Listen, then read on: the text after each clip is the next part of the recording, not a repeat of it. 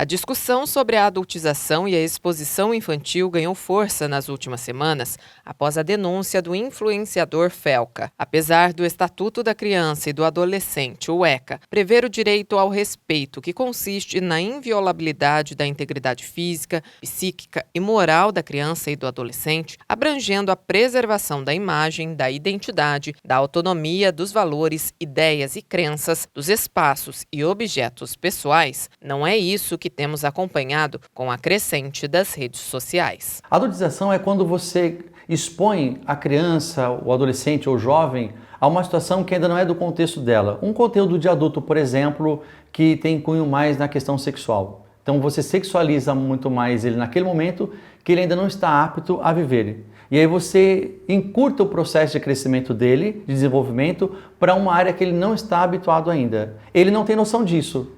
Mas ele entende que existe um diferencial ali, mas aquele diferencial, para ele, é uma moda, é um momento. Então ele acaba crescendo, desenvolvendo uma situação que não é dele ainda, que não é permitido.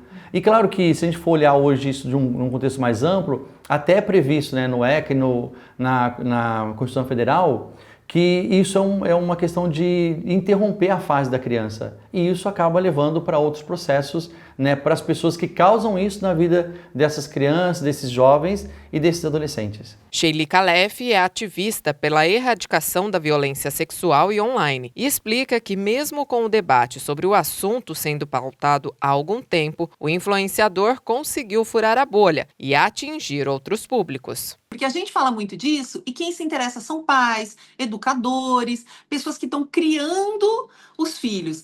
O Felca fala com os filhos diretamente, né? Ele tem um público muito jovem. Teve gente de 15 anos, de 14, que me mandou o vídeo falando: olha aí aquelas coisas que você fala, né? Porque eles não me acompanham, eu falo com adultos, o Felca fala com os adolescentes. E isso foi muito legal, porque os próprios adolescentes começaram a compartilhar, a questionar, e é realmente difícil pautar um assunto assim nacionalmente. Segundo uma pesquisa realizada em 2021 pelo Centro Regional de Estudos para o Desenvolvimento da Sociedade da Informação, no Brasil, 93% de crianças e jovens com idades entre 9 e 17 anos usam a internet. O índice preocupa os especialistas. Porque hoje a gente vive num mundo muito exposto. A rede social ela é um caminho de exposição. Só que para as idades, né, que as crianças hoje têm, jovens e adultos, jovens e adolescentes, não permite isso.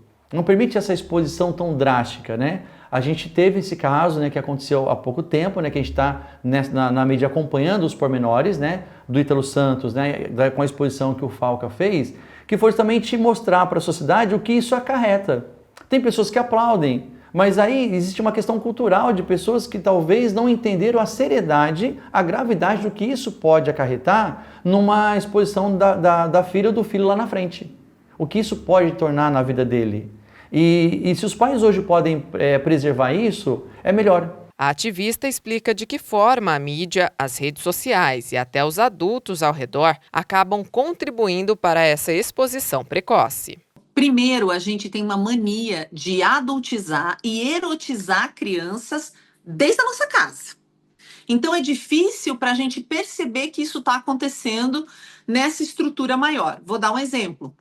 No ultrassom, o bebezinho tá lá, você vê pela primeira vez que vai ser um menino, o pai fala: ai, aí, os bagos do meu filho, vai ser um varão, né?